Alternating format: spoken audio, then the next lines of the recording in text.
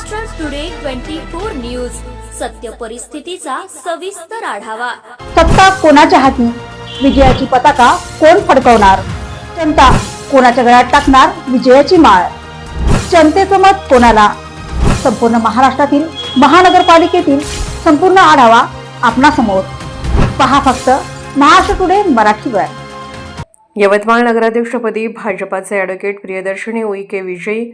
राज्याचे आदिवासी विकास मंत्री डॉक्टर अशोक उईके यांची कन्या ही यवतमाळ नगर परिषदेत भाजपाकडून नगराध्यक्षपदासाठी निवडणुकीच्या रिंगणात उभ्या होत्या। त्यांनी काँग्रेसचे माजी मंत्री शिवाजीराव मोघे यांच्या सून प्रियंका मोघे यांच्यावर दणदणीत विजय मिळवला। हा माझा एकट्याचा विजय नसून संपूर्ण यवतमाळकरांचा विजय असल्याची भावना यावेळी त्यांनी व्यक्त केली।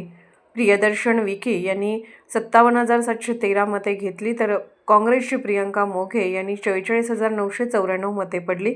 यामध्ये प्रियदर्शनी विखे या 12,719 मतांनी विजयी झाल्या। माझ्या नागरिकांना मी आभार व्यक्त करते।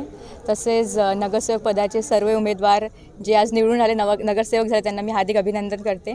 आणि आता येणाऱ्या काळात सबका विकास सबका साथ या धोरणावर आम्ही चालणार आहोत। आणि भारतीय जनता पार्टीचे आमचे वरिष्ठ नेते माननीय देवेंद्रजी आणि सोबतच मदन भाऊ येरावार, माझे बाबा अशोकजी उईके, प्रफुल्लजी चव्हाण, रेखाताई कोठेकर, सर्व वरिष्ठ कनिष्ठ सर्व कार्यकर्ते भारतीय जनता पार्टीचे त्यांनी रात्रंदिवस काम केलं आमच्यासाठी आणि त्याबद्दल मी त्यांचे आभार व्यक्त करते। आणि हा विजय माझा नाही तर पूर्ण यवतमाळकरांचा आहे आणि सगळ्या भारतीय जनता पार्टीचा आहे, यवतमाळच्या नागरिकांचा आहे असं सांगते। आणि मी खूप आनंदी आहे आणि हा आनंद आमच्या सर्वांसाठी आहे असं मी व्यक्त करते।